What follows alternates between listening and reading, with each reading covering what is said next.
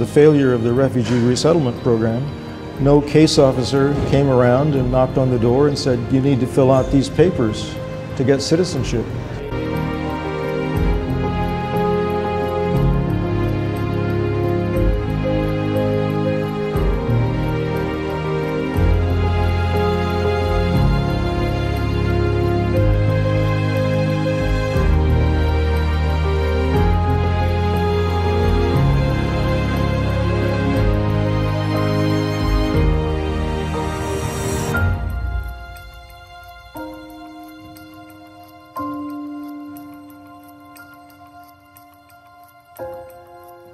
It's like this, yes, I messed up, I confess to it, you know what I mean? But you're not seeing where we're coming from. We're refugees of the war. Then I lost my rights, of course, because I'm not a citizen.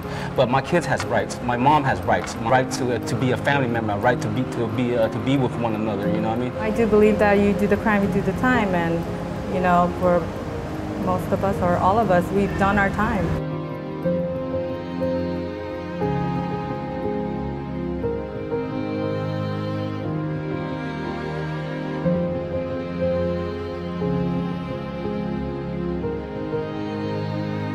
His crime was firing a gun in the air during a gang standoff when he was 15 years old. He served 5 years, and upon release, the government ordered him deported, but didn't act on it. He got a job and had 5 kids. But deportation orders never expire, and 8 years later, when Dang went for a routine immigration check-in, he was detained and put on a plane to Cambodia.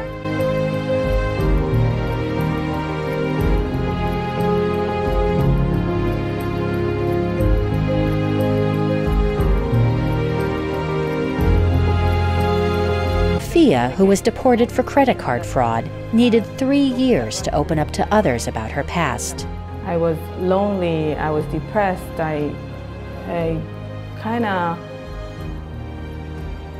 was lost. She now teaches Cambodian children in a Phnom Penh school, but she isn't raising her own 13-year-old son, who remains in California with his father. I'm angry that this has fractured my relationship with my son. We don't have that communication anymore. I don't know if he's gonna turn out to be angry at me or just holding grudges against me or just feel lonely that I'm not there. He visited her last year for the first time. She hopes it won't be the last. He didn't know how to call me mom anymore. That hurts.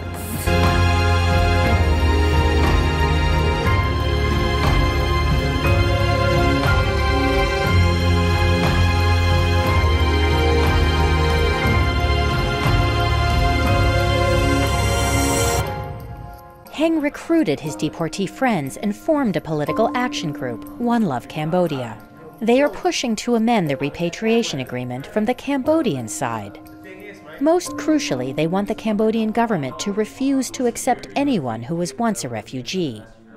To their surprise, this group of ex-convicts was granted a meeting with high-level officials at Cambodia's Interior Ministry. Only days after that meeting, the Cambodian government sent a letter to the American embassy, requesting to amend the current repatriation agreement and suspend temporarily the implementation until a new deal is struck.